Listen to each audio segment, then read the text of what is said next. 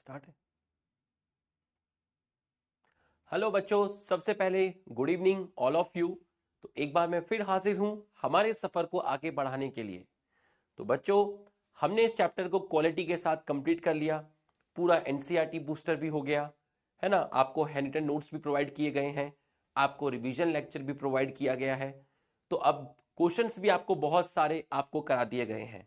ठीक, तो मैं सोच रहा था कि नया चैप्टर हम लोग नेक्स्ट वीक से स्टार्ट करेंगे, थर्सडे से हम लोग स्टार्ट करेंगे। वैसे भी मैं अभी आउट ऑफ टाउन हूँ, मैं नोएडा आया हूँ फंक्शन के लिए, आपको मैंने बताया था है ना। आज हम लोगों का फंक्शन भी है, तो फिर मैंने सोचा कि आज बच्चों के लिए क्या किया जाए, क्या स्पेशल किया जाए। ठीक, तो फिर मैंने ये सोचा कि पूरा का पूरा चैप्टर को आज मैं यहाँ पर पूरा आपको रिवाइज करा देता हूँ। सारे नोट्स लगा के पूरे 12 लेक्चर के नोट्स लगाए हुए हैं और पूरा का पूरा मैं आपको रिवाइज कराने वाला हूं। बहुत आराम आराम से रिवाइज कराऊंगा, ठीक है। और आप बहुत पेशेंस से, बहुत फोकस करके आप चीजों को सुनोगे आराम आराम से, ठीक है। और आपको मजा आ जाएगा पूरे चैप्टर का। लो वॉइस है क्या? ठीक है, तो एक बार आप सभी लोग यस सर लिख दीजिए। फटाफट आप सभी लोग यस सर लिख दीजिए ताकि हम खेल को स्टार्ट कर सकें। ठीक है, सभी लोग यस सर लिख दीजिए फटाफट।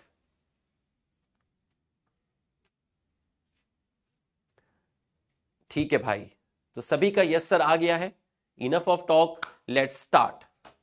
बच्चों, सबसे पहले हमने लेक्चर 1 पढ़ा था, जिसमें आपको बताया गया था कि सेल्स के कलेक्शन से टिश्यू बनता है और टिश्यू से आपके ऑर्गन बनते हैं। आपके पास डिफरेंट ऑर्गन है और हर ऑर्गन में डिफरेंट टिश्यू है। और जब बहुत सारे ऑर्गन मिलकर काम करते हैं तो एक ऑर्गन सिस्टम बनता है। और ऑर्गन सिस्टम की वजह से हम लोग जिंदा हैं। मतलब हमारे अंदर जो फंक्शनिंग हो रही है वो एक ऑर्गन सिस्टम की वजह से हो रही है। और उसकी सबसे छोटी इकाई, सबसे छोटी यूनिट कौन सी है? सेल। तो सेल को बोला गया फंक्शनल यूनिट। मेरा जो शरीर है, ठीक है, उस वो ऑर्गन सिस्टम से बना है, लेकिन उसकी सबसे छोटी यूनिट है सेल। तो आपने बोला स्ट्रक्चरल यूनिट। फंडामेंटल का मतलब होता है बेसिक यूनिट। बच्चों, इनएनिमेट का मतलब है नॉन लिविंग और एनिमेट का मतलब है लिविंग। नॉन लिविंग में सेल एब्सेंट होती है और एनिमेट में सेल आपकी प्रेजेंट होती है।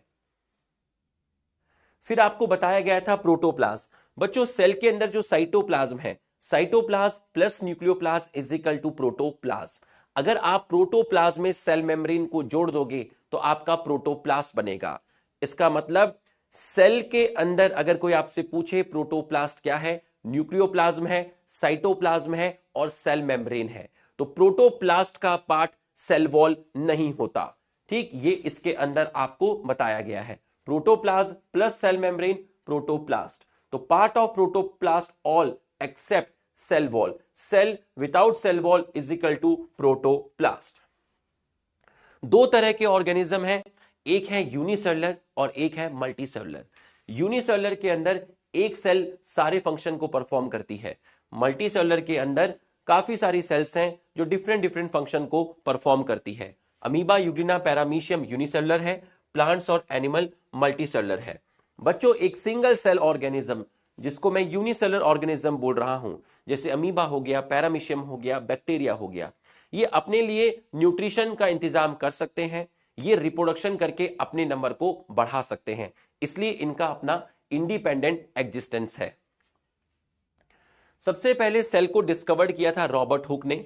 उन्होंने प्लांट सेल देखी थी जिसका नाम है कॉर्क। उसके अंदर प्रोटोप्लाज्म नहीं होता, वो डेड सेल है। तो उनको सिर्फ एक खाली चैम्बर्स दिखे थे क्योंकि उनके अंदर प्रोटोप्लाज्म था ही नहीं। ठीक, और उसके बाद लिविंग सेल्स को सबसे पहले जिन्होंने देखा था उनका नाम था एंटोन वैन ल्यूवेनहुक। इन्होंने बैक्टीरिया भी देखे, इन्होंने आरबीसी भी देखे, इन्होंने प्रोटोजोआ भी देखे थे। ठीक, आप सिर्फ एक याद रखेंगे, बैक्टीरिया। ठीक, discovery of electron microscope. Electron microscope की डिस्कवरी की वजह से सेल और उसके स्ट्रक्चर जो है उनकी स्टडी करना इजी हुआ।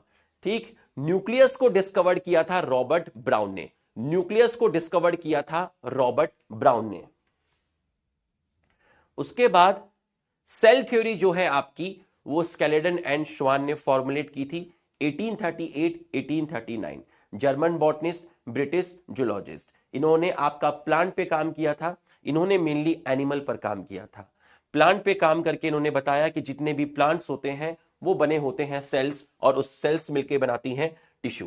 ठीक, ये नहीं बता पाए कि किसी भी न्यू सेल्स का फॉर्मेशन किस तरीके से होता है। इसका एक्सेप्शन था वायरस, क्योंकि वायरस अपने आप में एक लिविंग चीज नहीं है, क्योंकि वो उसको ग्रो करने के लिए कोई ना कोई लिविंग सेल्स चाहिए। वायरस के अंदर सेल ऑर्गेनिल भी प्रेजेंट नहीं होते हैं। ठीक, इन्होंने एनिमल पे स्टडी किया था, ठीक है, प्लांट पर भी इन्होंने कुछ काम किया था। एनिमल के चारों तरफ एक थिन लेयर होती है जिसको प्लाज्मा मेम्ब्रेन बोलते हैं। प्लांट के अंदर सेल वॉल का मिलना एक यूनिक कैरेक्टर होता है, और प्लांट और एनिमल बने होते हैं सेल से और सेल के प्रोडक्ट। सेल के प्रोडक्ट को आप बोलते हैं टिश्यू।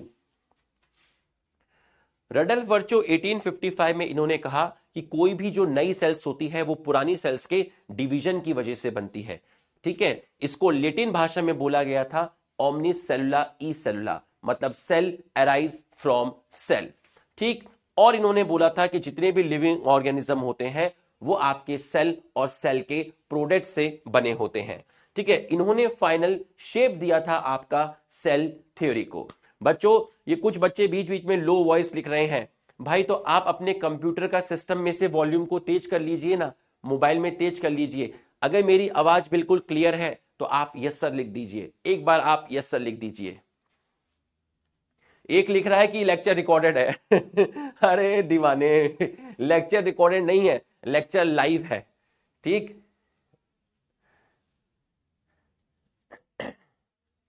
250 क्वेश्चन भेज देते बेटा, भेजूंगा, अभी भेजूंगा। अभी नोएडा आया हुआ हूं मैं, रात में ड्राइव किया है बहुत ज्यादा। ठीक है, और अभी थोड़ा सा शेरवानी भी पहननी है शाम के टाइम। ठीक है, तुम लोग देखना यूट्यूब पे, फिर बताना तुम्हारे सर तुम्हारे अंकल कैसे लग रहे थे। ठीक है, मतलब वॉइस बिल्कुल क्लियर है। चलिए आइए, पहला लेक्चर कंप्लीट हुआ। उसके बाद था प्लांट सेल एनिमल सेल। ठीक है, प्लांट सेल में अनियन की सेल ली थी, एनिमल में हमने ह्यूमन चीक ली थी। इसकी आउटर लेयर सेल वॉल है, इसकी आउटर लेयर सेल मेम्ब्रेन है। तो सेल्स की आउटर लेयर को आप बोलते हैं डीलिमिटिंग लेयर, सेल की आउटर लेयर को बोलते हैं डीलिमिटिंग लेयर। यहां पर देखिए, यूकैरियोट के न्यूक्लियस में बाहर outer nuclear membrane, inner nuclear membrane, ये आपका न्यूक्लियोलस है, ये आपका क्रोमोसोम है। ठीक, यूकैरियोट के क्रोमोसोम में जो आपका डीएनए होता है, उस डीएनए की पैकेजिंग के लिए हिस्टोन प्रोटीन है जिसका नेचर बेसिक होता है, कुछ नॉन हिस्टोन प्रोटीन है जो एसिडिक होते हैं, और डीएनए के साथ थोड़ा आरएनए होता है। इन चारों को मिलाकर आप बोलते हैं क्रोमोसोम। ठीक, न्यूक्लियस का डायमेंशन 10⁻⁻⁶ मीटर है, और इसके अंदर आपको 2.2 मीटर डीएनए को बैठाना है, मतलब आपको चीजों को पैक करना पड़ेगा। प्रोकैरियोटिक न्यूक्लियस के अंदर हिस्टोन प्रोटीन नहीं होते, इसके अंदर जो डीएनए होता है वो double standard circular naked DNA होता है। नेकेड डीएनए इसलिए बोला क्योंकि हिस्टोन प्रोटीन नहीं है और ये डीएनए न्यूक्लियर मेम्ब्रेन से कवर्ड नहीं है। यहां पैकेजिंग करने का काम नॉन हिस्टोन प्रोटीन करते हैं, और इन नॉन हिस्टोन प्रोटीन का नेचर एसिडिक नहीं बेसिक होता है प्रोकैरियोट के केस में। यहां पर डीएनए है, थोड़ा सा आरएनए है, आपका नॉन हिस्टोन प्रोटीन है, हिस्टोन प्रोटीन यहां पे प्रेजेंट नहीं है। तो इसलिए हम यहां पर ट्रू क्रोमोसोम वर्ड यूज नहीं करते, यहां हम फॉल्स क्रोमोसोम बोलते हैं। ठीक, साइटोप्लाज्म एक सेमी फ्लूइड रीजन है जो प्रोकैरियोट यूकैरियोट्स दोनों के अंदर मिलता है। ठीक, प्लांट और एनिमल सेल्स के अंदर यहां पर सेलुलर एक्टिविटी होती है, मतलब केमिकल रिएक्शंस होती हैं। जैसे मान लीजिए प्रोटीन की सिंथेसिस हो रही है, इन केमिकल रिएक्शंस की वजह से ही ये जो सेल है ये लिविंग स्टेट में रहती है। ठीक, यूकैरियोट के अंदर मेम्ब्रेन बाउंड ऑर्गेनिल मिलते हैं, ये ऑर्गेनिल प्रोकैरियोट के अंदर एब्सेंट होते हैं। राइबोसोम सबसे छोटा ऑर्गेनिल है, मेम्ब्रेन लेस है, इसको पैलाडे साहब ने डिस्कवर किया था, इसलिए इसको पैलाडे पार्टिकल भी बोलते हैं। प्रोकैरियोट यूकैरियोट दोनों में प्रेजेंट है। प्रोकैरियोट के साइटोप्लाज्म में 70s राइबोसोम है, यूकैरियोट के साइटोप्लाज्म में 80s राइबोसोम है। लेकिन यूकैरियोट के साइटोप्लाज्म में माइटोकॉन्ड्रिया में 70s है, क्लोरोप्लास्ट में 70s है, और जो आरईआर है उसके अंदर आपका 80s है। सेंट्रोजोम, सेंट्रोजोम, भाई कोई भूला भटका नया बच्चा आके यहां बैठा हो, ये पढ़ा नहीं रहे सर, ये सर पूरा रिवीजन करा रहे हैं। कहीं जाके पेरेंट्स को कंप्लेन करें, मम्मी 1 घंटे के अंदर पूरा सेल चैप्टर ही उड़ा दिया। अरे दीवाने, उड़ा नहीं रहे हैं, ये चैप्टर खत्म हो चुका है ना। जो बच्चे शुरू से मेरे साथ पढ़ रहे हैं उनको पता है, ये उसको पूरा का पूरा रिवाइज करा रहे हैं, है ना। कहीं वो घबरा जाए बिल्कुल, ठीक है, फिर पूछे बताओ क्या हुआ है, अरे कुछ तो बोलो क्या हुआ है, बोल ही नहीं पाएगा वो, ठीक है, कि इतना खतरनाक पढ़ाया, एक दिन में 1 घंटे में पूरा चैप्टर ही खत्म हो गया, ठीक है। हाँ, एब्सेंट सेंट्रोजोम प्रोकैरियोट में एब्सेंट है, यूकैरियोट में सिर्फ एनिमल सेल में होता है और सेल डिवीजन में हेल्प करता है। हायर प्लांट में ये एब्सेंट होते हैं, ठीक है, ये मेम्ब्रेन लेस है। हायर प्लांट का मतलब होता है जिम्नोस्पर्म और एंजियोस्पर्म। सेंट्रोजोम के अंदर सेंट्रियोल होते हैं 2, और वो दोनों एक दूसरे के परपेंडिकुलर होते हैं, 90 डिग्री पे होते हैं। प्रोकैरियोट का साइज छोटा है, यूकैरियोट का बड़ा है। प्रोकैरियोट की जो सेल्स होती है वो फास्ट मल्टीप्लाई करती है, यूकैरियोट धीरे धीरे मल्टीप्लाई करता है। प्रोकैरियोट में न्यूक्लियस न्यूक्लियर मेम्ब्रेन नहीं होता, यूकैरियोट में प्रेजेंट होता है। प्रोकैरियोट में हिस्टोन प्रोटीन नहीं होता, यूकैरियोट के अंदर हिस्टोन प्रोटीन मिलता है। प्रोकैरियोट में मेम्ब्रेन बाउंड ऑर्गेनेल नहीं होते, यूकैरियोट के अंदर मिलते हैं। प्रोकैरियोट में राइबोसोम 70s है, यूकैरियोट में 70 और 80s दोनों है। प्रोकैरियोट में सेंट्रोजोम नहीं है, यूकैरियोट में सेंट्रोजोम प्रेजेंट है एनिमल सेल के अंदर। प्रोकैरियोट में वेल डिफाइंड न्यूक्लियस नहीं है, यूकैरियोट के अंदर वेल डिफाइंड न्यूक्लियस प्रेजेंट है। शेप हो गया, साइज हो गया, जो सेल का वेरी करता है फंक्शन के अकॉर्डिंग, है ना। जैसे आप माइकोप्लाज्मा है, माइकोप्लाज्मा सबसे छोटा प्रोकैरियोट है, सबसे छोटी सेल्स है 0.3 micrometer in length.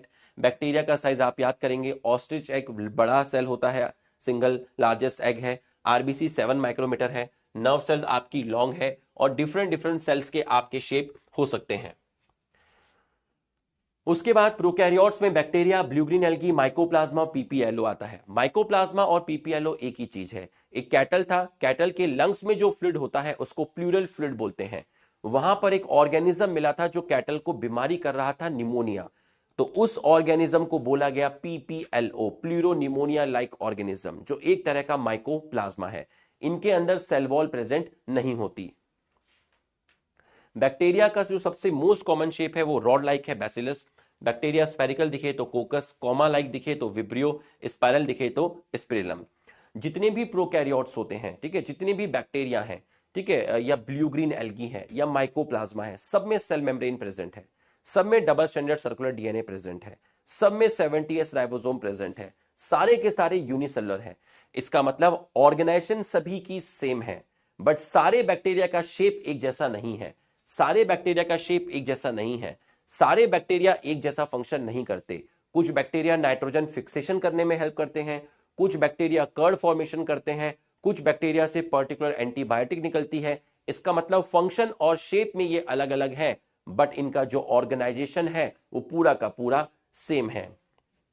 Next chapter start होगा बेटा सेल साइकिल सेल डिवीजन वाला, थर्सडे को, बहुत खतरनाक तरीके से होगा। 37 ईयर ओल्ड लिख रहा है, तनुष लिख रहा है। अरे दीवाने, ठीक। प्लाज्मिड, प्लाज्मिड के क्या था, आपका जो मेन डीएनए था वो न्यूक्लियर डीएनए था, जिसको आप जीनोमिक डीएनए बोलते हैं, जिसको आप क्रोमोसोमल डीएनए बोलते हैं, ठीक। इस डीएनए के अलावा ईश्वर ने एक और डीएनए दिया जो कि इसके कंपेयर में छोटा है, जिसको आप extra nuclear, extra chromosomal, extra genomic DNA बोलते हैं, ठीक, जो कि सर्कुलर होता है, ठीक है, डबल स्टैंडर्ड होता है, और ज्यादातर बैक्टीरिया के अंदर ये मिलता है। इसके अंदर एंटीबायोटिक रेजिस्टेंट जीन मिलता है, जो इस बैक्टीरिया को एंटीबायोटिक से बचाता है, जो कि एक फिनोटिपिक कैरेक्टर है। ये चीज क्लास 12th में जूलॉजी में आएगा।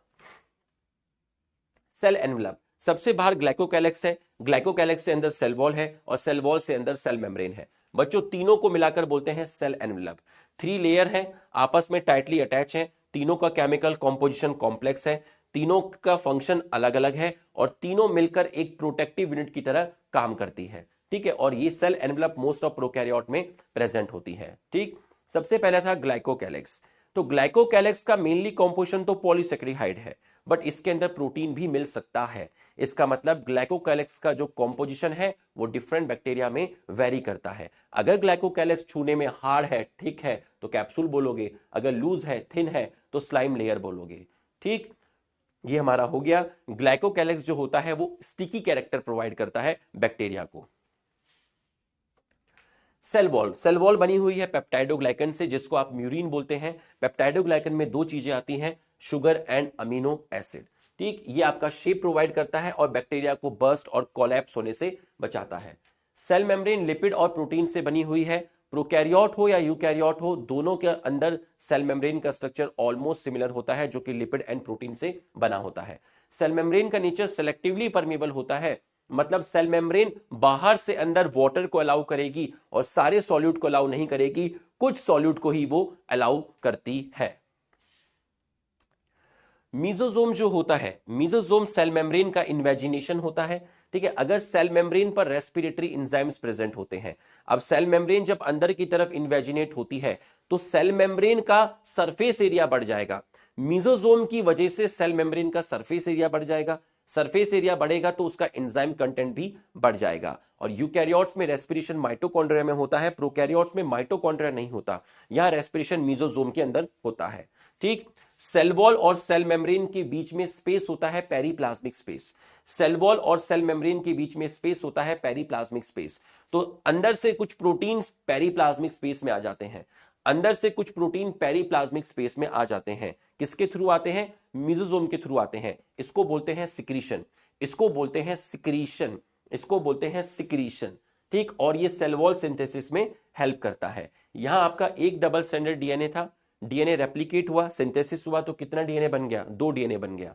ये 2 डीएनए किससे अटैच है? मीजोजोम से अटैच है।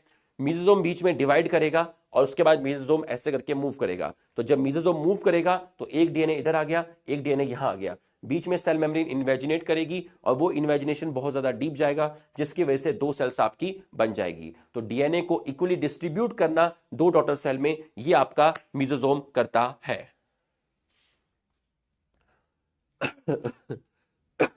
प्रोकैरियोट के साइटोप्लाज्म में मेम्ब्रेन लेस स्ट्रक्चर होते हैं, ठीक है, जो कि कोई ना कोई मटेरियल को स्टोर करते हैं, जिनको आप इंक्लूजन बॉडी बोलते हैं। Phosphate granule, glycogen granule, cyanophycin granule protein को स्टोर करता है, ये ब्लू ग्रीन एल्गी के अंदर मिलता है। ऐसे ही एक वैक्यूल मिलता है जिसको आप बोलते हैं गैस वैक्यूल।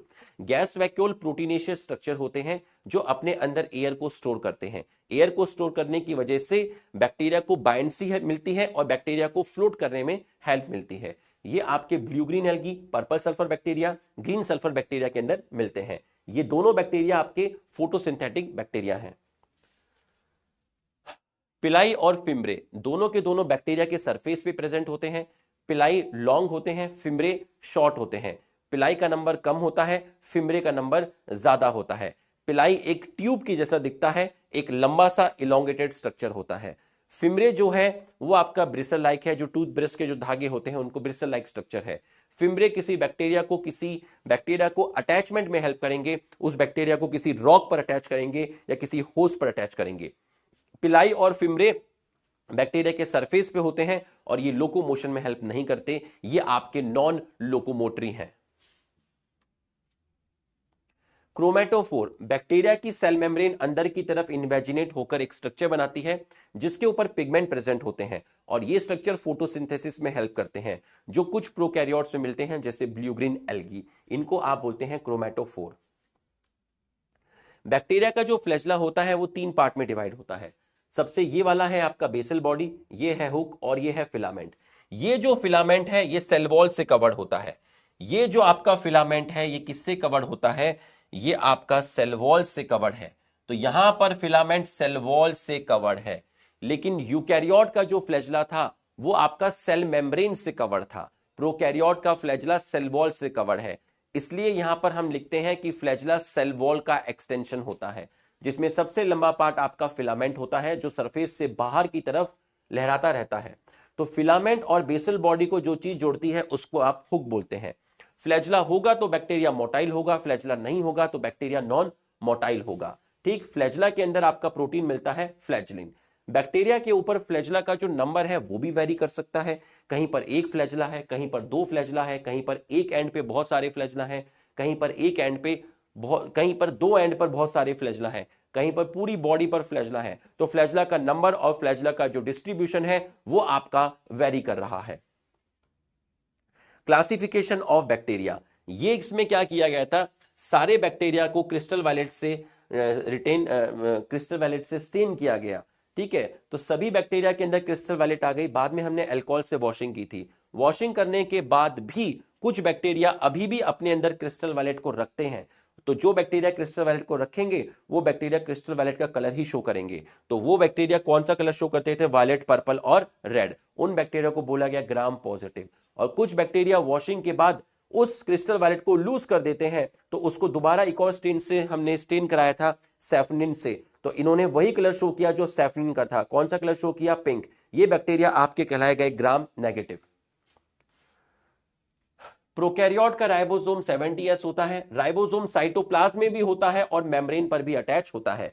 ठीक है, 70S की छोटी यूनिट 30S है और बड़ी यूनिट 50S है।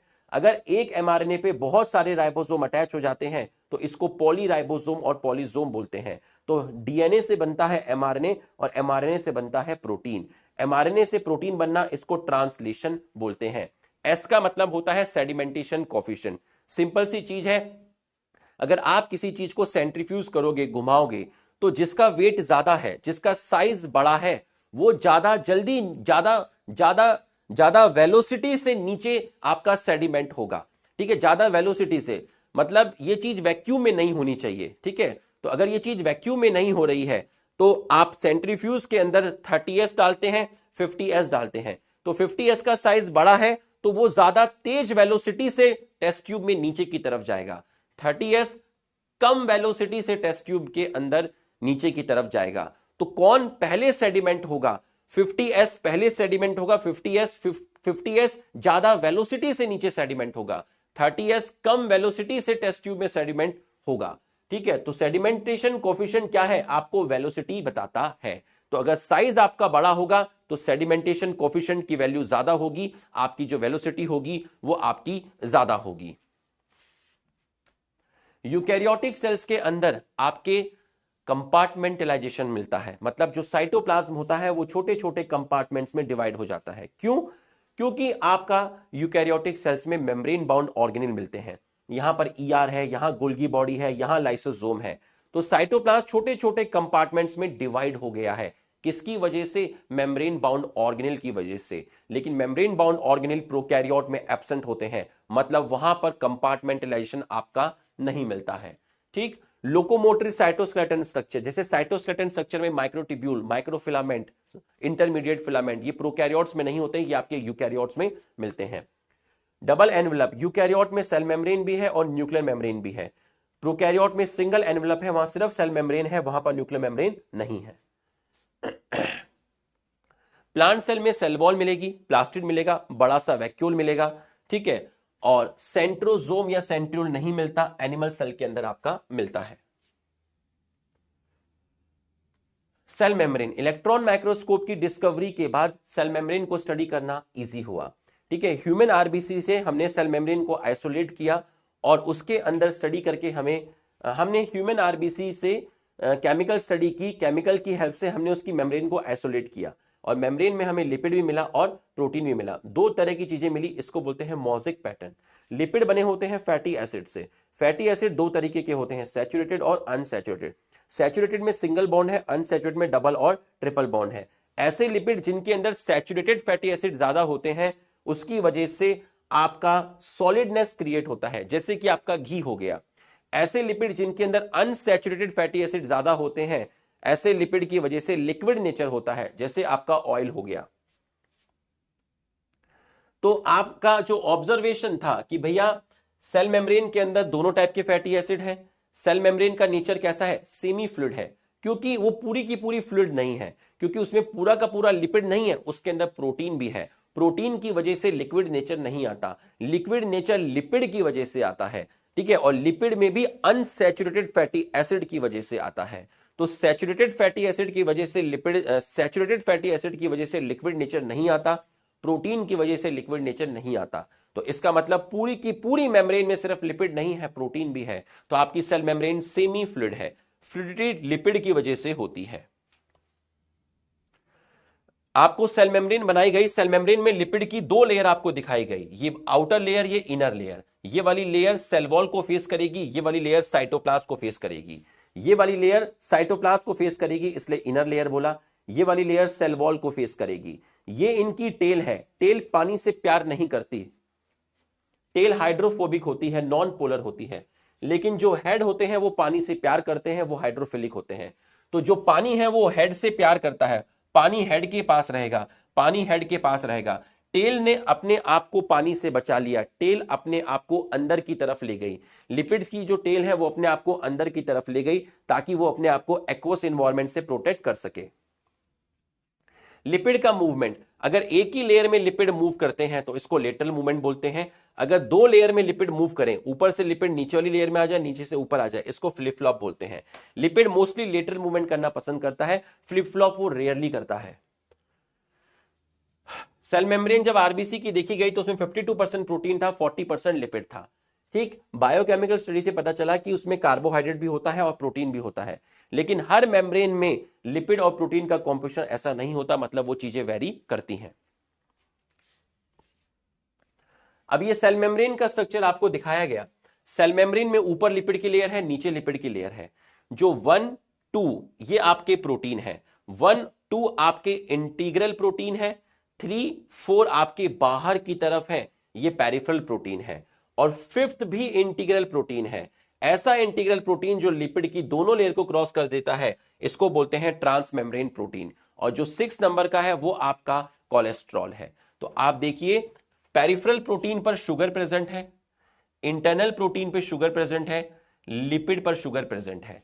ठीक, तो ऐसे प्रोटीन जिन पे शुगर होती है उनको ग्लाइकोप्रोटीन बोलते हैं, ऐसे लिपिड जिन पे शुगर होती है उनको ग्लाइकोलिपिड बोलते हैं।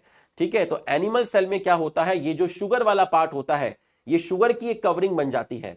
एनिमल सेल में सेल मेम्ब्रेन के ऊपर शुगर की एक कवरिंग बन जाती है जिसको आप बोलते हैं ग्लाइकोकैलेक्स। ये बैक्टीरिया वाला ग्लाइकोकैलेक्स नहीं है, ये एनिमल वाला ग्लाइकोकैलेक्स है। ठीक, फ्लूइड माउसिंग मॉडल सिंगर निकोलसन ने 1972 में दिया था, बहुत एक्सेप्टेड मॉडल है। ठीक है, प्रोटीन मूव क्यों कर पा रहे हैं, प्रोटीन लेटरल मूवमेंट क्यों कर पा रहे हैं, क्योंकि पानी है। पानी किसकी वजह से है, लिपिड की वजह से है। तो प्रोटीन का मूवमेंट होना यह कंफर्म करता है कि सेल मेम्ब्रेन में फ्लूइडिटी है, और वो फ्लूइडिटी लिपिड की वजह से है। फिर ये मैंने आपको मूवमेंट बताया था, ये मैंने अगली स्लाइड में और अच्छे से बताया था। सिंपल डिफ्यूजन में क्या था, चीजें हाई कॉन्सेंट्रेशन से लो कॉन्सेंट्रेशन में गई थी, अलोंग द कॉन्सेंट्रेशन गई थी, मतलब डाउनहिल गई थी। कोई कैरियर प्रोटीन नहीं है, ये आपका एनर्जी नहीं लगता, ये पैसिव ट्रांसपोर्ट है, कैरियर प्रोटीन यहां है नहीं। तो ये लिपिड है, तो ऐसा मॉलिक्यूल जो लिपिड सॉल्युबल होता है, या ऐसा मॉलिक्यूल जिसपे कोई चार्ज नहीं होता या नॉन पोलर होता है, उसको आप इजिली मेम्ब्रेन से क्रॉस करा सकते हैं। फैसिलिटेड डिफ्यूजन में चीजें हाई से लो मूव करती हैं, along the concentration gradient downhill move करती हैं। जैसे आप फैसिलिटेड डिफ्यूजन में क्या होता है, देखिए ये आपके कैरियर प्रोटीन है, चीजें हाई से लो जाएंगी। ठीक है, तो यहां कैरियर प्रोटीन पे ये चीज बाइंड करी, उसके बाद कैरियर प्रोटीन के स्ट्रक्चर में चेंज आया, तो देखिए कैरियर प्रोटीन इस तरीके से हो गया। ठीक है, कैरियर प्रोटीन में क्या हुआ, स्ट्रक्चर में चेंज आया, तो जो चीज पहले बाहर की तरफ थी वो अंदर की तरफ आ गई। ठीक है, तो कैरियर प्रोटीन के स्ट्रक्चर में आपका क्या आया, चेंज आया। कैरियर प्रोटीन के स्ट्रक्चर में आपका चेंज आया। मैं दिख रहा हूं, हाँ मैं दिख रहा हूं, लाइट चली गई क्या, हाँ मैं दिख तो रहा हूं ना, am I visible to all of you, मेरा बोर्ड आपको दिख रहा है।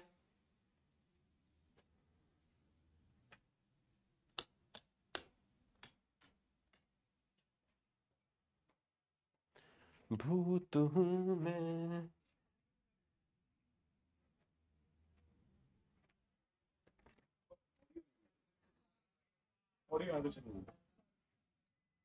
सर कोई स्टूडियो पर्सन को भेजना, लाइट चली गई।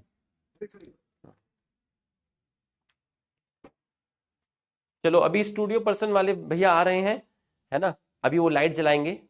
ठीक है, तो तब तक मेरा बोर्ड तो आपको दिख रहा है ना। आज मैं अपने घर से क्लास नहीं ले रहा हूं। ठीक है, तो अभी भैया आ रहे हैं, सर अभी आ रहे हैं, वो लाइट जलाएंगे। ठीक है, इंपॉर्टेंट है कि मैं आपको दिख रहा नहीं हूं, इंपॉर्टेंट है बोर्ड आपको दिख रहा है। तो ये आपका जो प्रोटीन है ये कैरियर प्रोटीन पर आपका बाइंड हुआ, कैरियर प्रोटीन के अंदर कॉन्फॉर्मेशन चेंज आया, स्ट्रक्चर चेंज आया। तो आप देखिए पहले यहां पर बाइंड हुआ था, अब देखिए इसके स्ट्रक्चर में चेंज आया, कैरियर प्रोटीन अंदर की तरफ आपका मूव कर गया। ठीक, और ये जो है ये चैनल प्रोटीन है, तो चैनल प्रोटीन के अंदर ये बाइंड नहीं करते हैं, चैनल प्रोटीन के अंदर पोर्स प्रेजेंट होती है। ठीक है, तो चैनल प्रोटीन के अंदर आपकी पोर्स प्रेजेंट होती है, इन पोर्स से मॉलिक्यूल आपका अंदर आता है, इन चैनल प्रोटीन को बोलते हैं पोर्स। तो आपका जो ए है और बी है ये आपके ट्रांसपोर्ट प्रोटीन है। ट्रांसपोर्ट प्रोटीन एक तरीके से इंटीग्रल प्रोटीन होते हैं और ये दो तरह के होते हैं, या तो आप कैरियर प्रोटीन बोल दीजिए या फिर आप बोल दीजिए चैनल प्रोटीन। तो जो वाटर सॉल्युबल मॉलिक्यूल होते हैं उसको लिपिड की मेम्ब्रेन से क्रॉस कराना डिफिकल्ट होता है, क्योंकि दोनों डिपार्टमेंट अलग अलग हो गए, वो वाटर सॉल्युबल है, ये लिपिड सॉल्युबल है। ठीक, तो इसलिए उन दोनों के कंपार्टमेंट अलग अलग हो चुके हैं, तो उनको मूव कराने के लिए आपको कैरियर प्रोटीन की फैसिलिटी देनी पड़ती है। एक्टिव ट्रांसपोर्ट में चीजें लो से हाई मूव करती हैं, अगेंस्ट द कॉन्सेंट्रेशन ग्रेडियंट जाती हैं, अपहिल जाती है। यहां कैरियर प्रोटीन का रोल है, एनर्जी का रोल है। तो मेनली जो आयंस होते हैं वो यहां से मूव करते हैं। सोडियम पोटेशियम पंप ये आप जूलॉजी के अंदर पढ़ेंगे बेटा। ऑस्मोसिस में सिर्फ वाटर का मूवमेंट होता है, सॉल्वेंट का मूवमेंट होता है, अपनी हाई कॉन्सेंट्रेशन से लो कॉन्सेंट्रेशन। किसके थ्रू जाता है? सेलेक्टिवली परमेबल मेम्ब्रेन के थ्रू जाता है, जैसे कि आपकी सेल मेम्ब्रेन हो गई। तो ऑस्मोसिस आपका एक तरह का टाइप ऑफ डिफ्यूजन है। फंक्शन ऑफ सेल मेम्ब्रेन, ठीक है, सेल मेम्ब्रेन सेलुलोज प्रोवाइड करती है सेल वॉल के लिए, ठीक है। तो synthesis of cellulose cell membrane में होती है, ठीक है, और सेल मेम्ब्रेन से सेलुलोज सेल वॉल में जाता है, इसको बोलते हैं सेल ग्रोथ। किसी प्रोटीन को सेल मेम्ब्रेन से बाहर फेंकना, ठीक है, ये काम आपका सेल मेम्ब्रेन करती है, ठीक है। प्रोटीन को सेल मेम्ब्रेन से बाहर फेंकना, इसको बोलते हैं सिक्रीशन। फूड को अंदर लेना, इसको बोलते हैं एंडोसाइटोसिस। सेल डिवीजन अपन नेक्स्ट चैप्टर में देखेंगे। इंटरसेलुलर जंक्शन आपने जूलॉजी में पढ़ लिया, ट्रांसपोर्ट अभी आपने देख लिया। सेल वॉल जो होती है वो डेड होती है। कैसी होती है? डेड होती है, रिजिड होती है, मतलब हार्ड होती है, सभी के लिए परमेबल होती है और सेल मेम्ब्रेन के बाहर होती है, ठीक है। फंगस, प्लांट और बैक्टीरिया में मिलती है। एल्गी में cellulose, galactan, mannan, calcium carbonate से बना है। प्लांट की cell wall cellulose, hemicellulose, pectin and protein से बनी है। फंगस की सेल वॉल काइटिन से बनी है। दो तरह की वॉल है, सबसे बाहर है प्राइमरी वॉल, अंदर है secondary wall. Primary wall plus secondary wall को बोलते हैं सेल वॉल। प्राइमरी वॉल आपकी आउटर होती है, थिन होती है, सेकेंडरी वॉल आपकी इनर होती है और थिक होती है। प्राइमरी वॉल पूरा कॉन्टिन्यूअस है, लेकिन सेकेंडरी वॉल कुछ जगह पर मिसिंग है, इसका मतलब सेकेंडरी वॉल डिसकॉन्टिन्यूअस है। जब सेल यंग होती है, ग्रोइंग सेल्स होती है, जब वो यंग होती है तो उसमें प्राइमरी वॉल प्रेजेंट होती है। लेकिन जैसे जैसे सेल ओल्ड होती चली जाती है तो प्राइमरी वॉल जो होती है वो धीरे धीरे आपकी रिड्यूस होना स्टार्ट हो जाती है और प्राइमरी वॉल से अंदर की तरफ आपके सेकेंडरी वॉल फॉर्म्ड हो जाती है। प्राइमरी वॉल में सेलुलोज, हेमिसेलुलोज, पैक्टिन होता है। ये चीजें सेकेंडरी वॉल में भी मिलती है, बट सेकेंडरी वॉल में एक वाटर इंपरमेबल सब्सटेंस मिलता है जिसको बोलते हैं लिग्निन। एक हाइड्रोफोबिक सब्सटेंस मिलता है जिसको बोलते हैं लिग्निन, जिसकी वजह से सेकेंडरी वॉल ज्यादा थिक हो जाती है। सेकेंडरी वॉल आपकी ज्यादा थिक हो जाती है। ये देखिए, यंग सेल है तो प्राइमरी वॉल है, सेल मेम्ब्रेन है। जब सेल यंग से मैच्योर हुई, ओल्ड हुई, तो प्राइमरी वॉल जो ब्लू कलर से दिखाई गई थी वो बहुत रिड्यूस हो गई है और उसके अंदर आपकी सेकेंडरी वॉल फॉर्म्ड हो चुकी है। Primary wall capable of growth. तो बच्चों, प्राइमरी वॉल के अंदर एक प्रोटीन होता है एक्सपेंशन। एक्सपेंशन प्रोटीन क्या करता है? ये जो सेलुलोज, हेमिसेलुलोज, पैक्टिन, ये जो आपस में जुड़े हुए हैं, इनके बॉन्ड्स को तोड़ देगा। इनके बॉन्ड को तोड़ने की वजह से जो आपकी प्राइमरी वॉल होती है वो आपकी काफी लूज हो जाती है। तो जब आपकी प्राइमरी वॉल लूज हो जाएगी तो आप उसके अंदर नए सेलुलोज, हेमिसेलुलोज, पैक्टिन को ऐड कर सकते हैं, ठीक है। तो इस तरीके से हम कह सकते हैं कि जो प्राइमरी वॉल है वो आपकी ग्रोथ शो कर रही है। फिर ये मैंने आपको बताया था कि दो सेल्स के बीच में, ये जो ब्राउन कलर से आपको दिख रहा है, दो सेल्स के बीच में जो ब्राउन कलर से आपको दिख रहा है, common layer between two cells, जिसको आप मिडिल लैमेला बोलते हैं, जो कि आपका कैल्शियम पैक्टेट का बना होता है, मैग्नीशियम पैक्टेट का बना होता है, जिसमें मेनली आपका कैल्शियम पैक्टेट होता है, ठीक। दो सेल्स के साइटोप्लाज्म आपस में कनेक्टेड है, ये जो ब्लैक कलर से आपको दिखाया है, दो सेल्स के साइटोप्लाज्म आपस से कनेक्टेड है। तो cytoplasmic connection between two cells is called plasmodesmata. तो अब आप देखिए यहां पर क्या क्या आ रहा है, ठीक है, यहां पर आपका क्या क्या आ रहा है, ठीक है। ये देखिए, आपकी सेकेंडरी वॉल आ गई, आपकी प्राइमरी वॉल आ गई, secondary wall, primary wall, secondary wall plus primary wall, cell wall. तो यहां से लेके यहां तक दो सेल का क्या क्या आ रहा है? रेड वाला तो सेल मेम्ब्रेन है, ब्लू वाला सेकेंडरी वॉल है, ग्रीन वाला सेल मेम्ब्रेन है। तो ब्लू वाला सेकेंडरी वॉल, ग्रीन वाला प्राइमरी वॉल, तो इन दोनों को मिलाकर बोला सेल वॉल, और ऑरेंज वाला हो गया मिडिल लैमेला। यहां से भी देख लीजिए आप, ब्लू वाली सेकेंडरी वॉल, ग्रीन वाली प्राइमरी वॉल, और ऑरेंज वाला हो गया मिडिल लैमेला। तो आपका जो आपका जो प्लाज्मोडेस्माटा है वो सेल वॉल और मिडिल लेवला को क्रॉस करता है। और ये जो प्लाज्मोडेस्माटा है इसके अंदर जो रेड कलर से मैंने चीज दिखाई है वो है डेस्मोटिब्यूल। टिब्यूल टिब्यूल टिब्यूल मतलब एंडोप्लाज्मिक रेटिकुलम। तो प्लाज्मोडेस्माटा किससे बना है? प्लाज्मोडेस्माटा एंडोप्लाज्मिक रेटिकुलम से बना है। ठीक, function of cell wall, shape provide करता है, ठीक है, मैकेनिकल डैमेज और इंफेक्शन से बचाता है। इसके अंदर जो प्रोटीन होते हैं वो इंफेक्शन से बचाते हैं। अगर कोई मॉलिक्यूल का साइज बहुत बड़ा है तो फिर सेल वॉल उसको अंदर आने नहीं देती। ऐसे मॉलिक्यूल को मैंने बोला अनडिजायरेबल। सेल से सेल का इंटरेक्शन करना, जैसे आपका मिडिल लेमला हो गया। बच्चों यहां तक की पढ़ाई समझ में आई तो एक बार आप हमारे सम्मान में यस लिख दीजिए। हमारे सम्मान में आप यस लिख दीजिए। यहां तक आपको पढ़ाई समझ में आई तो एक बार आप यस लिख दीजिए। तब तक मैं सांस ले लेता हूं। सेकेंड चैप्टर और खतरनाक तरीके से पढ़ाऊंगा, बहुत सारे चैप्टर खतरनाक पढ़ाऊंगा, पूरा का पूरा लास्ट तक देखना, बहुत खतरनाक। सेकेंड तो इसलिए बोला मैंने क्योंकि वो कॉन्सेप्चुअल है, पूरा कॉन्सेप्चुअल है, बहुत खतरनाक पढ़ाऊंगा, तुम्हें फील करा दूंगा एकदम। तीसरा और खतरनाक, चौथा और खतरनाक, पांचवा और खतरनाक। ठीक है, अभी क्या मैं नोएडा आया हुआ हूं, ट्रेवल किया है मैंने कल पूरा का पूरा, है ना। दूसरा भी हमारा शाम को फंक्शन भी है, तो मैं एक नया चैप्टर को स्टार्ट करने के मूड में नहीं था। एक मेंटली प्रिपेयर जो होता है ना, एक निकालना, तो रात की वो थकान भी है मेरे ऊपर चेहरे पर। ठीक है, दूसरा सुबह भी मैंने क्लास ली है। ठीक है, और फिर होटल से स्टूडियो में आना 2-3 चक्कर हो गए हैं। ठीक है, और मार्केट भी गया था, वो शेरवानी के ऊपर जो अपन स्टोल डालते हैं, चुन्नी डालते हैं, वो भी मैं खरीद के लाया हूं। देखो मैं तुम्हें दिखाता हूं, देखो ये मैं लेकर आया हूं। तो थोड़ा सा वो हो गया, एक्सर्शन आ गया। ठीक है, तो और ये देखो बेटा, जूता भी लाया हूं। ठीक है, तो इसलिए मैं नया नया चैप्टर स्टार्ट नहीं करना चाहता था। मैं कहा नया चैप्टर एक नया फ्रेश से स्टार्ट करेंगे, थर्सडे से स्टार्ट करेंगे, खतरनाक तरीके से पूरा तैयार करेंगे। उसका शॉर्ट नोट्स भी पूरा का पूरा तैयार करना है। ठीक है, तो इसलिए तो हमने सोचा आज थोड़ा सा हल्का रखते हैं, लाइट रखते हैं, है ना। तो मैंने कहा यार रिकॉर्डेड लेक्चर तो मैं दूंगा नहीं। ठीक है, इस क्वेश्चन मैंने कल करा दिए, तो आज बच्चों को पूरा का पूरा अच्छे से रिवाइज करा देते हैं पूरा का पूरा। ठीक, चलिए enough of talk, let's continue. Endomembrane system. Endo का मतलब होता है inside the cell, membrane system का मतलब होता है ऐसे ऑर्गेनेल जिसकी मेम्ब्रेन आपस में कोऑर्डिनेट करती है। ईआर क्या है? मेम्ब्रेनस स्ट्रक्चर है। गोल्गी बॉडी क्या है? मेम्ब्रेनस स्ट्रक्चर है। लाइसोसोम क्या है? मेम्ब्रेनस स्ट्रक्चर है। वैक्यूल क्या है? मेम्ब्रेनस स्ट्रक्चर है। और ये स्ट्रक्चर, ये सारे के सारे आपस में कोऑर्डिनेशन में काम करते हैं, जिसको बोलते हैं एंडो मेम्ब्रेन सिस्टम। लेकिन माइटोकॉन्ड्रिया, क्लोरोप्लास्ट, पेरोक्सीसोम्स जो होते हैं वो आपके कोऑर्डिनेशन में काम नहीं करते हैं। इसका मतलब ये आपका नॉन एंडो मेम्ब्रेन सिस्टम का पार्ट होता है। हर ऑर्गेनेल का अपना एक अलग स्ट्रक्चर होता है और एक अपना अलग फंक्शन होता है। एंडोप्लाज्मिक रेटिकुलम, एंडो का मतलब होता है इनसाइड द साइटोप्लाज्म, रेटिकुलम का मतलब होता है नेट लाइक स्ट्रक्चर। तो आपने एंडोप्लाज्मिक रेटिकुलम में देखा होगा, वो एक्चुअल में क्या है? साइटोप्लाज्म में मेम्ब्रेन पड़ी हुई है। साइटोप्लाज्म में मेम्ब्रेन पड़ी हुई है। वो मेम्ब्रेन कहां से निकल रही है? न्यूक्लियस की मेम्ब्रेन से निकल रही है, आउटर न्यूक्लियर मेम्ब्रेन से आपकी निकल रही है। तो अगर आप एंडोप्लाज्मिक रेटिकुलम को देखते हैं तो उसके अंदर 3 चीजें होती हैं। एक को बोलते हैं सिस्टर्ने, दूसरे को ट्यूब्यूल, तीसरे को वेसिकल। आपके जो सिस्टर्ने होते हैं उसी में राइबोसोम प्रेजेंट होते हैं। इन दोनों में आपके राइबोसोम नहीं मिलते हैं। ठीक, और राइबोसोम आपके कौन से मिलते हैं? ATS मिलते हैं।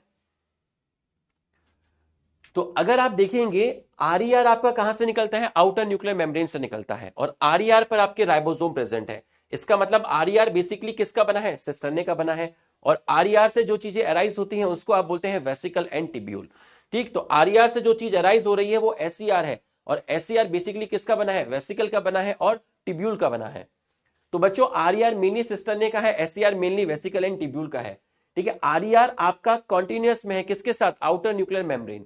SER आपका RER से राइज होता है। राइबोसोम प्रेजेंट है, यहां पर एब्सेंट है। यहां प्रोटीन की सिंथेसिस होती है, और ये प्रोटीन सेल से बाहर भी चले जाते हैं, जिसको बोलते हैं सिक्रीशन।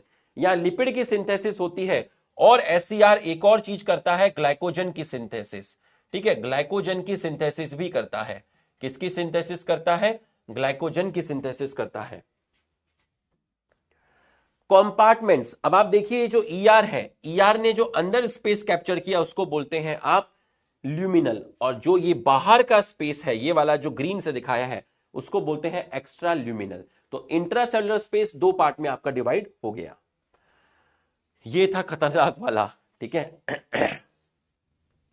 आरईआर पर है राइबोसोम, राइबोसोम ने बनाए प्रोटीन। एसईआर ने बनाए लिपिड।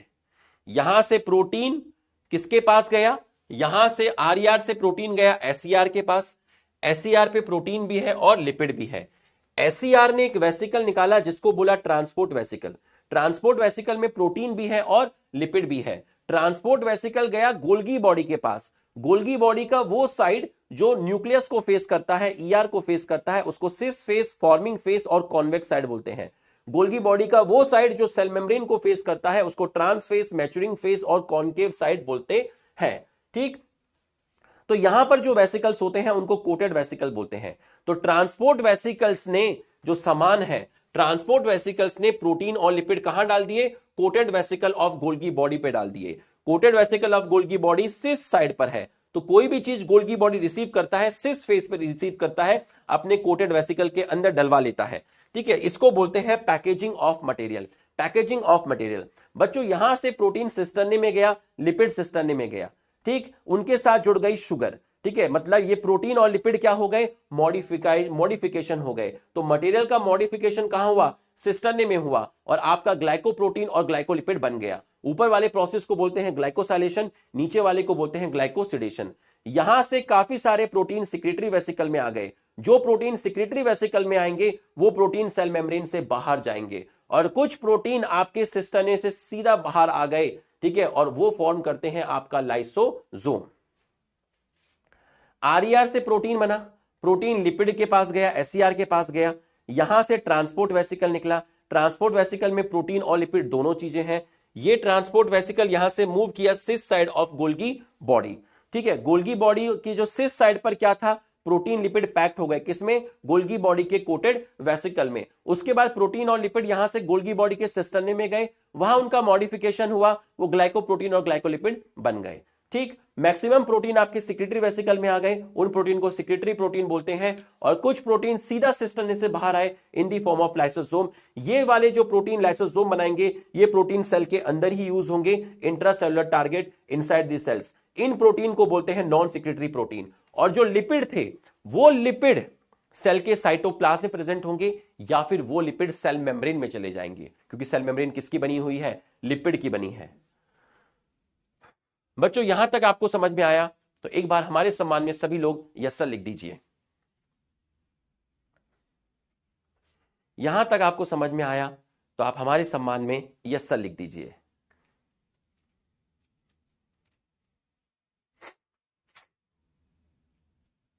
हाँ, लाइसोसोम को सुसाइडल बैग ऑफ सेल बोलते हैं, क्योंकि लाइसोसोम क्या करता है, बर्स्ट करता है। बर्स्ट करने के बाद एंजाइम रिलीज कर देता है, और इसके एंजाइम्स उस लाइसोसोम्स के अंदर जितने भी सेल ऑर्गेनेल होते हैं सबको डाइजेस्ट कर जाते हैं, जिसकी वजह से सेल की डेथ हो जाती है। इसको बोलते हैं सुसाइडल बैग ऑफ सेल। ठीक, structure of Golgi body. Golgi body को 1898 में डिस्कवर किया गया था। एक डेंसली स्टेन स्ट्रक्चर है। डेंसली स्टेन का मतलब है ऐसे दिखेगा, गंदा सा दिखेगा। ठीक है, न्यूक्लियस के पास दिखेगा। किसका बना हुआ है, सिस्टर्ने का बना हुआ है। सिस्टर्ने कैसे हैं, इस तरीके से अरेंज है, कॉन्सेंट्रिक मैटर में अरेंज है, कॉन्सेंट्रिक अरेंज है, और डिस्क लाइक स्ट्रक्चर आपका ये होता है। नंबर ऑफ सिस्टर्ने, तो हर गोल्गी बॉडी में जो सिस्टर्ने का नंबर है वो फिक्स नहीं होता है, सिस्टर्ने का नंबर वेरी करता है। लाइसोसोम की सिंगल मेम्ब्रेन है, अंदर आपके डाइजेस्टिव एंजाइम्स हैं जो फूड के डाइजेशन में हेल्प करेंगे। ये एंजाइम्स को काम करने के लिए वाटर चाहिए होता है, इसलिए आप इनको हाइड्रोटिक एंजाइम्स बोलते हैं। ये एंजाइम्स एसिडिक मीडियम में काम करते हैं, इनको पीएच कितनी चाहिए, 5 चाहिए। ठीक है, ये न्यूक्लिक एसिड के भी डाइजेशन में हेल्प करते हैं। ठीक, लाइसोसोम बना था गोल्गी बॉडी में, पैकेजिंग से बना था। आरईआर आपके कुछ प्रोटीन की सिंथेसिस करते हैं। आरईआर प्रोटीन प्रोवाइड कराता है, किसके लिए, लाइसोसोम फॉर्मेशन के लिए। कार्बोहाइड्रेसिस, प्रोटीएसिस, लाइपेजेस आपके क्या हैं, एंजाइम्स हैं, जो आपके कार्बोहाइड्रेट, प्रोटीन और लिपिड का क्या करेंगे, डाइजेशन करेंगे। ठीक, जितने भी एंजाइम्स अंदर होते हैं वो सारे के सारे को मिलाकर आप एक वर्ड यूज करते हैं, एसिड हाइड्रोलिसिस। एसिड मतलब वो एसिडिक मीडियम में काम करते हैं, हाइड्रोलिसिस मतलब वो हाइड्रोलिटिक एंजाइम्स होते हैं। और लाइसोसोम में लाइसोसोम एक से ज्यादा टाइप के होते हैं, बट वो हमें नहीं पढ़ना है, हमारे सिलेबस में नहीं है। तो लाइसोसोम अगर एक से ज्यादा टाइप के हैं तो आप इसको बोलेंगे पॉलीमॉर्फिक ऑर्गेनिल। पॉली मतलब मोर देन वन, मॉर्फिक का मतलब होता है फॉर्म। माइटोकॉन्ड्रिया एक बड़ा ऑर्गेनिल है जो विजिबल नहीं होता माइक्रोस्कोप में इजीली जब तक आप इसको डाई के साथ स्टेन ना करें। डिफरेंट डिफरेंट सेल्स में माइटोकॉन्ड्रिया का नंबर, शेप, साइज आपका वेरी करता है। ठीक है, ये जिस सेल्स में एनर्जी की ज्यादा रिक्वायरमेंट होती है वहां माइटोकॉन्ड्रिया ज्यादा मिलता है। मतलब ये फिजियोलॉजी ऑफ सेल पे डिपेंड करता है। मान लीजिए कोई जर्मिनेटिंग सीड्स है जो ग्रो कर रहा है, जिसमें से पौधा बनेगा, उसके अंदर एनर्जी की रिक्वायरमेंट ज्यादा है, वहां माइटोकॉन्ड्रिया का नंबर ज्यादा मिलेगा। ऐसा सीड जो डोरमेंट है, जो जर्मिनेट ही नहीं कर रहा है, वहां एनर्जी की रिक्वायरमेंट कम है, वहां माइटोकॉन्ड्रिया का नंबर कम मिलेगा। माइटोकॉन्ड्रिया में आपकी डबल मेम्ब्रेन है। अब देखिए माइटोकॉन्ड्रिया में डबल मेम्ब्रेन है, एक आउटर मेम्ब्रेन है, एक इनर मेम्ब्रेन है। आउटर मेम्ब्रेन को डीलिमिटिंग लेयर बोलते हैं, किसी भी चीज की आउटर बाउंड्री को डीलिमिटिंग लेयर बोलते हैं। आउटर मेम्ब्रेन में पोरिन्स प्रेजेंट है, इसलिए आउटर मेम्ब्रेन ज्यादा परमिएबल है, ये लेस परमिएबल है। ठीक है, आउटर मेम्ब्रेन में क्रिस्टे नहीं होते, लेकिन इनर मेम्ब्रेन अंदर की तरफ इन्वेजिनेट करके एक स्ट्रक्चर बनाती है जिसको आप बोलते हैं क्रिस्टे। क्रिस्टे की वजह से सरफेस एरिया आपका बढ़ जाता है। आउटर मेम्ब्रेन कॉन्टिन्यूअस लेयर है, इनर मेम्ब्रेन कॉन्टिन्यूअस नहीं है, वो बीच बीच में इस तरीके से स्ट्रक्चर बना रही है जिसको आप बोलते हैं डिसकॉन्टिन्यूअस। दोनों मेम्ब्रेन के जो एंजाइम्स होते हैं वो डिफरेंट होते हैं। अब आप देखिए इनर मेम्ब्रेन से अंदर की तरफ मैट्रिक्स है, इनर मेम्ब्रेन से बाहर की तरफ पेरीमाइटोकॉन्ड्रियल स्पेस है। तो आउटर मेम्ब्रेन और इनर मेम्ब्रेन के बीच में जो स्पेस होता है उसको पेरीमाइटोकॉन्ड्रियल स्पेस बोलते हैं, और ये वाला जो रीजन है बच्चों ये मैट्रिक्स है। तो इनर मेम्ब्रेन ने दो कंपार्टमेंट बना दिए। इनर मेम्ब्रेन से अंदर की तरफ जो कंपार्टमेंट है वो इनर कंपार्टमेंट है जिसको मैट्रिक्स बोलते हैं। इनर मेम्ब्रेन से बाहर की तरफ जो रीजन है जिसको आप पेरीमाइटोकॉन्ड्रियल स्पेस बोलते हैं, इसको आप आउटर कंपार्टमेंट बोलते हैं। अब इनर मेम्ब्रेन पर जो क्रिस्टे थे, इस क्रिस्टे पे लट्टू लट्टू जैसे स्ट्रक्चर प्रेजेंट है जिसको आप F1 F0 पार्टिकल, ऑक्सीजोम और एलिमेंट्री पार्टिकल बोलते हैं। इसी को आप एटीपी सिंथेस एंजाइम बोलते हैं। तो इसके दो सब यूनिट होती हैं, जो हेड होता है उसको F1 सब यूनिट बोलते हैं, जो बेस होता है उसको F0 सब यूनिट होते हैं। ठीक, इसका जो हेड पार्ट होता है वो मेनली एटीपी सिंथेसिस में हेल्प करता है। ये पूरा का पूरा स्ट्रक्चर एटीपी सिंथेसिस में हेल्प करता है एरोबिक रेस्पिरेशन के अंदर। तो यूकैरियोट में रेस्पिरेशन माइटोकॉन्ड्रिया के अंदर होता है। ये जो मैट्रिक्स होता है, इस मैट्रिक्स के अंदर आपका एक डबल स्ट्रैंड वाला सर्कुलर डीएनए मिलेगा, कुछ आरएनए मिलेंगे और 70s राइबोसोम मिलते हैं। माइटोकॉन्ड्रिया सिलेंड्रिकल शेप होता है और बाइनरी फिजन करके ये एक से आपका दो फॉर्म कर सकता है। मैट्रिक्स में क्रैब साइकिल होती है, इनर मेम्ब्रेन में ईटीसी होती है और इनके अंदर आपका एटीपी की सिंथेसिस होती है। ठीक, राइबोसोम सबसे छोटा ऑर्गेनिल है, मेम्ब्रेन लेस ऑर्गेनिल है, पैलाडे ने इसको डिस्कवर किया था और ये प्रोटीन सिंथेसिस में हेल्प करता है। Type of ribosome, prokaryote and eukaryote. बच्चों प्रोकैरियोट में राइबोसोम 70s है, यूकैरियोट में 80s है। 70s की छोटी यूनिट 30 है, बड़ी यूनिट 50 है। 30s में 21 प्रोटीन है, 50s में 34 प्रोटीन है। यहां पर जो आरआरएनए है वो 16s आरआरएनए है, यहां पर आरएनए 5s आरआरएनए है और 23s आरआरएनए है। 80s की छोटी यूनिट 40s है और बड़ी यूनिट 60s है। 40s में 33 प्रोटीन मिलते हैं, 60s में 47 प्रोटीन बोलते हैं। टोटल नंबर 80 होता है। ये आपका नीट में लास्ट ईयर क्वेश्चन आया था। यहां मिलेगा 5s rRNA, 28s rRNA, 5.8s rRNA, यहां मिलेगा 18s आरआरएनए। सिडबर्ग यूनिट मैंने बता दिया, वेलोसिटी से रिलेशन होता है। यूकैरियोट्स में माइटोकॉन्ड्रिया क्लोरोप्लास्ट में 70s राइबोसोम है। यूकैरियोट का जो साइटोप्लाज्म में राइबोसोम है 80s, वो बड़ा होता है इन राइबोसोम्स के कंपेयर में। इसके बाद है आपका प्लास्टिड। इसके बाद है आपका प्लास्टिड। प्लास्टिड सभी प्लांट सेल्स में यूग्लिनॉइड में मिलेगा। इसमें दो मेम्ब्रेन प्रेजेंट होती है। प्लास्टिड आपका लार्ज होता है और ये इजिली विजिबल होता है माइक्रोस्कोप में। प्लास्टिड में पिगमेंट्स मिलते हैं और इन पिगमेंट्स की वजह से प्लांट्स के जो पार्ट्स होते हैं वो डिफरेंट कलर शो करते हैं। टाइप्स ऑफ प्लाज्मिड पिगमेंट के बेसिस पे तीन टाइप के आपके प्लास्टिड हैं, जिसमें सबसे पहले आपने पढ़ा था क्लोरोप्लास्ट। तो क्लोरोप्लास्ट में कितनी मेम्ब्रेन है? क्लोरोप्लास्ट में भी दो मेम्ब्रेन है, एक आपका आउटर मेम्ब्रेन है, एक इनर मेम्ब्रेन है। आउटर मेम्ब्रेन में पोरिन्स प्रोटीन प्रेजेंट है, इनर मेम्ब्रेन में पोरिन प्रोटीन एब्सेंट है। तो ये ज्यादा परमिएबल है, ये कम परमिएबल है। ये जो एक सिंगल स्ट्रक्चर आपको दिख रहा है कॉइन लाइक मेम्ब्रेनस स्ट्रक्चर होता है, इसकी अपनी मेम्ब्रेन होती है और अंदर ल्यूमेन होता है, ये फ्लैट होता है। ठीक है, इस स्ट्रक्चर को थाइलेकॉइड बोलते हैं। जब बहुत सारे थाइलेकॉइड आपस में जुड़ते हैं तो ऐसा लग रहा है कि बहुत सारे कॉइन्स आपस में जुड़ गए हैं, पाइल्स ऑफ कॉइन, इसको बोलते हैं ग्रेना। थाइलेकॉइड के अंदर जो स्पेस होता है उसको बोलते हैं ल्यूमेन। इस ल्यूमेन को कवर किया है थाइलेकॉइड की मेम्ब्रेन ने। तो ये ग्रेना और ये ग्रेना, ग्रेना के थाइलेकॉइड, इस ग्रेना के थाइलेकॉइड, इस ग्रेना के थाइलेकॉइड, इस ग्रेना के थाइलेकॉइड, जिस थाइलेकॉइड से जुड़े होते हैं उस थाइलेकॉइड को बोलते हैं stromal lamella. Light reaction and dark reaction. Light reaction की साइट होती है ग्रेना। ग्रेना के जो थाइलेकॉइड है, थाइलेकॉइड की जो मेम्ब्रेन है उसमें पिगमेंट प्रेजेंट होते हैं जैसे क्लोरोफिल। ये पिगमेंट लाइट को एब्जॉर्ब करते हैं और परफॉर्म करते हैं लाइट रिएक्शन, और इस रिएक्शन के अंदर एटीपी का फॉर्मेशन होता है और एनएडीपीएच का फॉर्मेशन होता है। इन दोनों को बोलते हैं एनर्जी। ये एनर्जी डार्क रिएक्शन में यूटिलाइज होती है फूड बनाने के लिए। तो फूड बनता है डार्क रिएक्शन में और डार्क रिएक्शन होती है आपकी स्ट्रोमा के अंदर। सॉन्ग सॉन्ग गाएंगे कभी? सॉन्ग गाते हैं आज, है ना? एक सॉन्ग गा दिया जाए। Yes, would you like to hear one song from your sir? क्या आप एक सॉन्ग सुनना पसंद करेंगे? एक छोटी सी लाइन आपके लिए गाएंगे।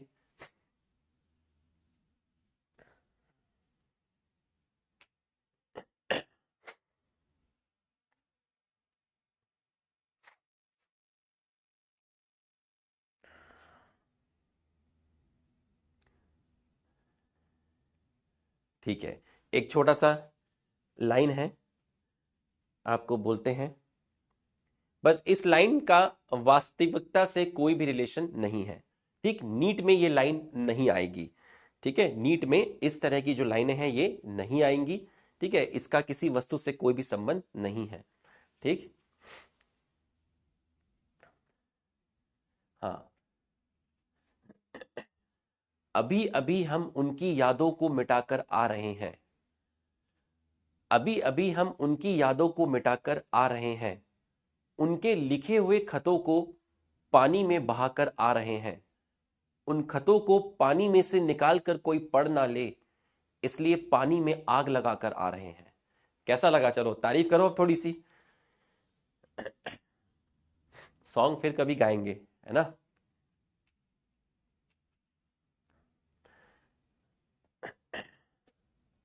हाँ, तो इसका पढ़ाई से कोई भी वास्ता नहीं है दूर दूर तक।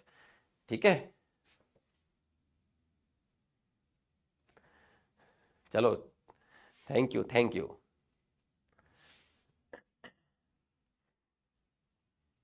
आ जाओ। नंबर, क्लोरोप्लास्ट का नंबर सिंगल है। क्लाइमेडोमोनास एक ग्रीन एल्गी है। ठीक है, इसका एक बहुत बड़ा राज है। जब मैं आपको बायोलॉजिकल क्लासिफिकेशन पढ़ाऊंगा तब मैं आपको यह वाला राज बताऊंगा। ठीक है, 20 से 40 नंबर क्लोरोप्लास्ट का हो सकता है मीजोफिल सेल्स ऑफ लीफ। तो पत्ती के अंदर आपकी सेल मिलती है। ठीक है, पत्ती में क्या मिलेगी? पत्ती में ऊपर एपिडर्मिस मिलेगी, नीचे एपिडर्मिस मिलेगी, बीच में जो सेल मिलती है उसको मीजोफिल सेल्स बोलते हैं। मीजोफिल सेल्स के अंदर क्लोरोप्लास्ट प्रेजेंट होते हैं जिसका नंबर 20 से 40 होता है। ये डायमेंशन आपको याद रखना है, शेप आपको याद रखना है। स्ट्रोमा के अंदर छोटा सा डबल स्टैंडर्ड सर्कुलर डीएनए मिलता है, 70S राइबोसोम मिलता है, जिसकी वजह से ये प्रोटीन की सिंथेसिस कर सकते हैं। इसलिए माइटोकॉन्ड्रिया और क्लोरोप्लास्ट दोनों को सेमी ऑटोनोमस ऑर्गेनिल बोला जाता है। दोनों को सेमी ऑटोनोमस ऑर्गेनिल बोला जाता है क्योंकि दोनों के दोनों अपने लिए प्रोटीन की सिंथेसिस कर सकते हैं। पिगमेंट्स जितने भी होते हैं वो फैट सॉल्युबल होते हैं। जैसे क्लोरोफिल ए है, कैरोटिनॉइड है, ये दोनों के दोनों क्लोरोप्लास्ट से मिलेंगे। कैरोटिनॉइड के अंदर कैरोटीन और ज़ैंथोफिल आते हैं, ये एसेसरी पिगमेंट्स होते हैं जो फोटोसिंथेसिस में डायरेक्टली इन्वॉल्व नहीं होते हैं। ठीक है, अब डायरेक्टली इन्वॉल्व होना या नहीं होना ये सब चीजें फोटोसिंथेसिस में बताई जाएंगी। क्लोरोफिल ए मिलता है जो मेन पिगमेंट है, कैरोटीन और ज़ैंथोफिल आपके मेन पिगमेंट नहीं है, ये एसेसरी पिगमेंट है, ये फोटोसिंथेसिस में इनडायरेक्टली इन्वॉल्व होते हैं।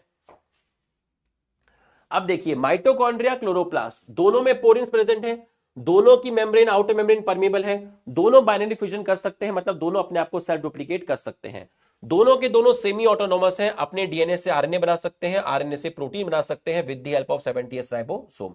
यहां रेस्पिरेशन होता है, ग्लूकोज का ब्रेकडाउन, यहां ग्लूकोज का फॉर्मेशन होता है, फोटोसिंथेसिस। यहां एटीपी की सिंथेसिस जो होती है, एटीपी के सिंथेसिस वाले स्टेप को ऑक्सीडेटिव फॉस्फोरिलेशन बोलते हैं। यहां एटीपी के सिंथेसिस वाले स्टेप को फोटोफॉस्फोरिलेशन बोलते हैं। और ये प्रोसेस जिस बड़े चेन में होता है, जिस बड़े, देखिए इलेक्ट्रॉन ट्रांसपोर्ट चेन एक बहुत बड़ा प्रोसेस है। इलेक्ट्रॉन ट्रांसपोर्ट चेन एक बहुत बड़ा प्रोसेस है। इस बहुत बड़े प्रोसेस में एक पर्टिकुलर स्टेप जहां एटीपी बनता है उस स्टेप को बोलते हैं ऑक्सीडेटिव फॉस्फोरिलेशन। वो पर्टिकुलर स्टेप जहां एटीपी बनता है उस स्टेप को बोलते हैं फोटोफॉस्फोरिलेशन। ये माइटोकॉन्ड्रिया की इनर मेम्ब्रेन में होती है और ये थाइलेकॉइड की मेम्ब्रेन में होती है। ल्यूकोप्लास्ट में पिगमेंट एब्सेंट होता है, ठीक है, इसलिए ये कलरलेस होता है। ये 3 तरह का होता है on the basis of shape, size and stored food. ठीक है, अगर ये स्टार्च को स्टोर करेगा तो आप अमाइलोप्लास्ट बोलेंगे, अगर ये प्रोटीन को स्टोर करेगा तो आप एल्यूरोप्लास्ट बोलेंगे, अगर ये फैट एंड ऑयल को स्टोर करेगा तो आप इसको एलियोप्लास्ट बोलेंगे। फिर था आपका chromoplast. Chromoplast red, orange, yellow colour का हो सकता है। ये मेनली कैरोटिनॉइड का होगा। कैरोटिनॉइड में कैरोटीन और ज़ैंथोफिल होते हैं और ये सारे पिगमेंट फैट सॉल्युबल होते हैं। जब तक chillies and tomato green colour का है उसमें क्लोरोप्लास्ट है। जब ये पक जाएंगे, ये लाल कलर के हो जाएंगे तो क्लोरोप्लास्ट क्रोमोप्लास्ट में कन्वर्ट हो जाएगा। तो कोई आपसे पूछे कि चिली, टोमेटो, गाजर का रेड ऑरेंज कलर क्यों होता है तो आप बोलेंगे क्रोमोप्लास्ट की वजह से होता है। बच्चों यहां तक की पढ़ाई आपको समझ में आई तो आप यस लिख दीजिए। यहां तक की पढ़ाई आपको समझ में आई तो आप यस लिख दीजिए। यहां तक की पढ़ाई आपको समझ में आई है तो आप यस लिख दीजिए। आज आपकी एक ही क्लास है क्या? आज आपकी दूसरी क्लास नहीं है क्या? आयुष सर की क्लास आज नहीं है क्या?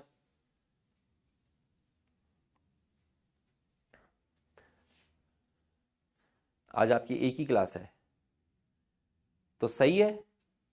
आज आपकी एक ही क्लास है तो आपको सेल्फ स्टडी का काफी सारा टाइम भी मिलेगा, है ना। सेल्फ स्टडी का काफी सारा टाइम मिल जाएगा आपको, तो आप अच्छे से अपनी सेल्फ स्टडी भी कर सकते हैं आज, ठीक है। और नेक्स्ट लेक्चर में जब भी आओगे ना, बहुत तैयारी से आना। तैयारी से मतलब जोश से आना, डिसिप्लिन से आना, ठीक है। जिस तरीके से हमने cell unit of life start किया था उससे भी बहुत ज्यादा डिसिप्लिन से सेल साइकिल स्टार्ट करूंगा, ठीक है। और सेल साइकिल पढ़ाते हुए मैं पूरे चैप्टर में कहीं पर भी नहीं हंसता, बिल्कुल भी नहीं हंसता। Cell the unit of life में तो मैं बीच बीच में हंसा भी था, लेकिन सेल साइकिल में तो मैं बिल्कुल भी नहीं हंसता, ठीक है। उसके बाद हम पूरे साल हंसेंगे। बायोलॉजिकल क्लासिफिकेशन में थोड़ा हंसेंगे, प्लांट किंगडम में बिल्कुल नहीं हंसेंगे, मॉर्फोलॉजी में तो हंसेंगे ही हंसेंगे, एनाटॉमी में नहीं हंसेंगे, ठीक है, फोटोसिंथेसिस में नहीं हंसेंगे, रेस्पिरेशन में नहीं हंसेंगे। तो पूरा डिसिप्लिन के साथ आना, ठीक है। पूरा 11th का सबसे कॉन्सेप्चुअल चैप्टर जो है वो cell cycle and cell division है, माइटोसिस एंड मियोसिस। इस तरीके से खोद के पढ़ाता हूं, मतलब अंदर तक तुम्हारी आत्मा बोलेगी कि यार ऐसा कॉन्सेप्ट दिया मम्मी, मतलब मजा आ गया। आप अपनी मम्मी को बोलेंगे जाके, ऐसा फील करा दूंगा आपको, ठीक है। तो इसका तो बहुत अच्छी तरीके से रिवीजन करा दिया है ना। क्वेश्चंस भी बहुत सारे आपको सॉल्व करा दिए हैं, ठीक है। रिवीजन वीडियो भी ऑलरेडी मैं आपको पढ़ा चुका हूं, है ना। यहां तक मैंने आपको रिवीजन करा दिया है। तो आज यहीं तक कर लेते हैं, थोड़ा छोटा क्लास ले लेते हैं, है ना।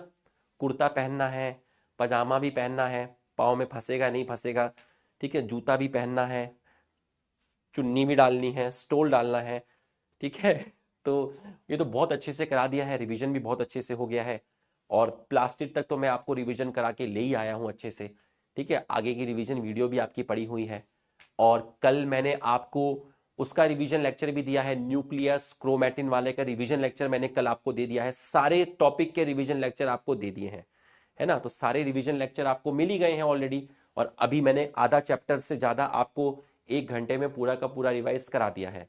तो मुझे जो लगता है कि मैंने अपनी ड्यूटी ईमानदारी से इस चैप्टर के साथ खत्म कर ली है ना। तो इतना मुझे जो लगता है कि मैं इंटरनली सेटिस्फाइड हूँ, ठीक है। ऑलरेडी रिवीजन लेक्चर भी दिए जा चुके हैं, तो इतना काफ़ी है, ठीक है।